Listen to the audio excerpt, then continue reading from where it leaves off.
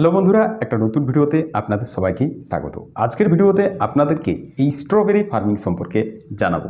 তো বন্ধুরা, চলুন ভিডিওটি শুরু করা যাক।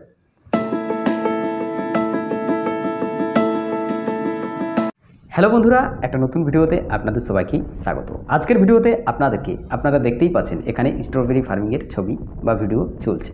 তো এই স্ট্রবেরি ফার্মিং কিভাবে করা যায় তার সম্পূর্ণ প্রসেস আপনাদেরকে জানাবো। বর্তমান সময়ে সামনে গরমের সময় চলে এলো এবং মার্কেটে এখন স্ট্রবেরি প্রচুর পরিমাণে সাপ্লাই হবে। বর্তমান সময়ে আপনারা যদি আমাদের ভারতবর্ষে এই স্ট্রবেরির মার্কেট ভ্যালু দেখেন তো 400 টাকা থেকে 450 টাকা পার কিলো দামে বিক্রি হচ্ছে। এই সময় স্ট্রবেরির অনেক ব্যক্তি ফার্মিং অলরেডি করেছে, যারা পুরনো ফার্মার রয়েছে তারা ফার্মিং অলরেডি করে দিয়েছে, এবং অনেক ব্যক্তি যারা এর ফল দেখে খেয়ে এবং এর ফার্মিং সম্পর্কে জেনে তারপরেই এই স্ট্রবেরির ফার্মিং শুরু করবে। তো হ্যাঁ, এখন স্ট্রবেরি ফার্মিংয়ের একটা সিজন চলছে এবং আপনারা এখন স্ট্রবেরির ফার্মিং অবশ্যই করতে পারেন। তবে হ্যাঁ, একটু সময়টা পিছিয়ে গেছে, তবে একেবারে শেষ হয়ে যায়নি।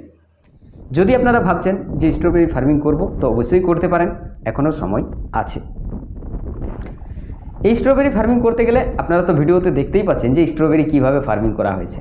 এটা হচ্ছে বর্তমান সময়ের একটা টেকনোলজি, অ্যাডভান্স টেকনোলজি, এবং সেই টেকনোলজিতে ফার্মিং করা হয়েছে এবং এটা মহারাষ্ট্রে করা হয়েছে।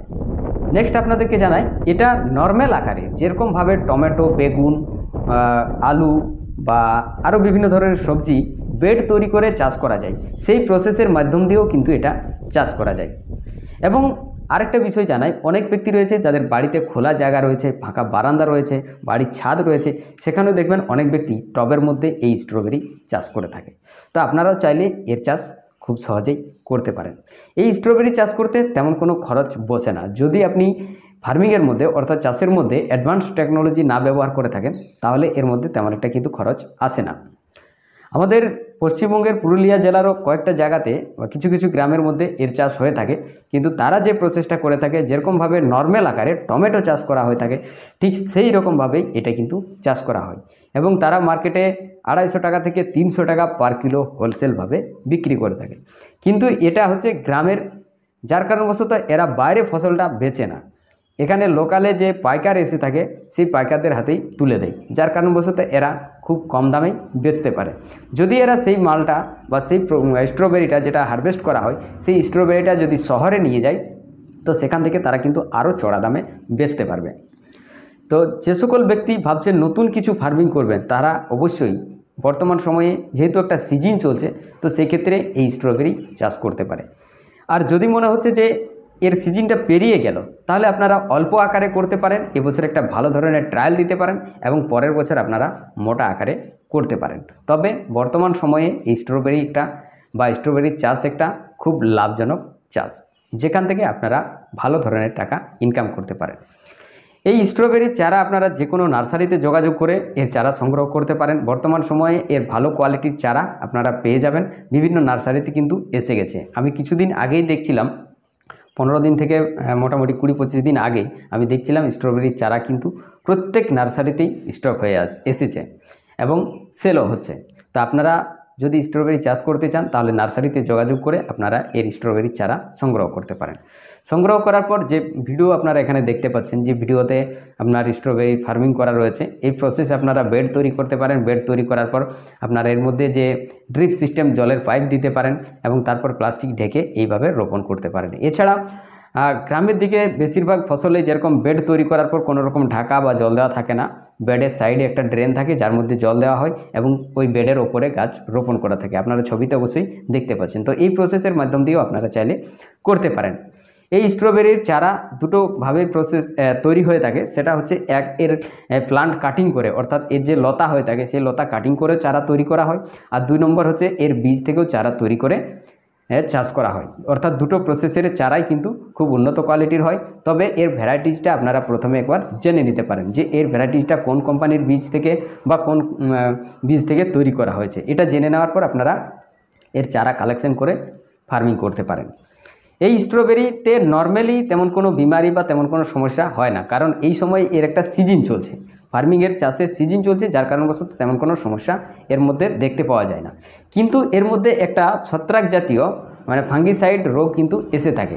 তবে এটা যদি হয়ে থাকে তো খুব সাবধান এবং খুব তাড়াতাড়ি আপনারা বাজারে যে ওষুধ বা বীজের দোকান রয়েছে বা যারা এদের ফিজিশিয়ান রয়েছে তাদের সাথে আপনারা পরামর্শ করে ওষুধ প্রয়োগ করতে পারেন। নাহলে কিন্তু আপনার যা ফসল হবে তার মোটামুটি 40% থেকে 60% পর্যন্ত সরে যেতে পারে, অর্থাৎ পচে যেতে পারে। তো এই একটা সমস্যা কিন্তু এর মধ্যে দেখতে পাওয়া যায়। তবে এটা সব জায়গায় হয় না, কম বেশি বিভিন্ন জায়গায় হয়ে থাকে। তো যার কারণবশত আপনারা এটা সবসময় একটু লক্ষ্য রাখবেন যে ফলের মধ্যে কোনো রকম পচন রোগ যেন না আসে। আর যদি আসে তো এর বিভিন্ন রকম ওষুধ প্রায় ভারতবর্ষের প্রত্যেক শহরেই পাওয়া যায়। তো আপনারা সেই সার বা বীজের দোকানে গিয়ে এর ওষুধ কালেকশন করে আপনারা স্প্রে করতে পারেন। মোটামুটি 3 থেকে 4 দিন, জোরপূর্বক 7 দিনের মধ্যে আপনার এই রোগ থেকে মুক্ত হয়ে যাবে এবং আপনি সেখান থেকে ভালো ফল হারভেস্ট করতে পারবেন। হারভেস্ট করার কী প্রসেস রয়েছে, এর যে ফল হয়েছে, ফল প্রথমে সবুজ আকারে হয়, প্রথমে ফুল, তারপর ফল, তারপর সেই ফল বড় হয়ে যায়, বড় হয়ে যাওয়ার পর পেকে গেলে লাল হয়ে যায়। তো সেই ফলগুলো আপনারা হারভেস্ট করে ডাইরেক্টলি মার্কেটে বিক্রি করতে পারেন। এক কথায় যদি বলি তো গ্রামের ছেলেরা খুব সহজেই বা গ্রামের ব্যক্তিরা খুব সহজেই বুঝতে পারবেন যে টমেটো যেভাবে চাষ করা হয়, টমেটো চাষ করার জন্য কী প্রসেস নেওয়া হয়। প্রথমে নর্মাল প্লেন জমিতে এর চারা রোপণ করে দেওয়া হয়। চারা রোপণ করে দেওয়ার পর কী হয়, তার মধ্যে কিছু সার গোবর চাপান দেওয়া হয়। চাপান দেওয়ার পর বেড তৈরি করে দেওয়া হয়।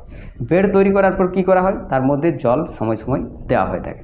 ধীরে ধীরে গাছ বড় হয়ে যায়। গাছ বড় হয়ে যাওয়ার পর ফুল দেখতে আসে, ফুল দেখতে পাওয়া যায়। ফুলের পর ধীরে ধীরে ফল আসতে শুরু হয় এবং ফল আসার পর সেই ফল ধীরে ধীরে বড় হয়ে যায়, তখন সম্পূর্ণ সবুজ আকারে থাকে এবং তারপর ধীরে ধীরে বড় হয়ে যাওয়ার পর সেই ফল পেকে লাল হয়ে যায়।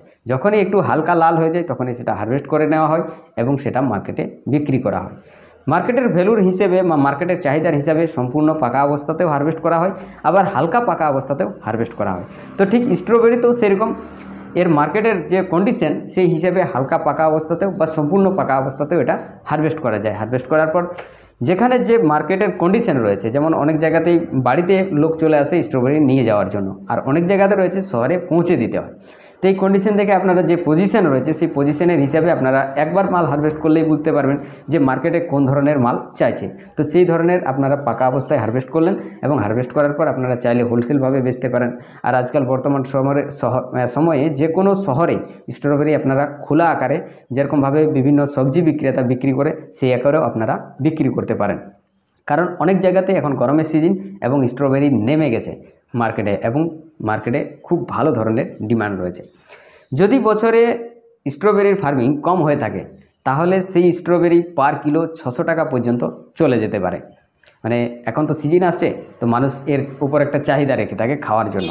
তো সেই ক্ষেত্রে অনেক সময় দেখা যায়, সামনের বছরেই দেখা গেছে যে স্ট্রবেরি এর মার্কেটে মানে ইনকামিংটা কম হওয়ার কারণে 600 টাকা পার কিলো স্ট্রবেরি বিক্রি হয়েছে।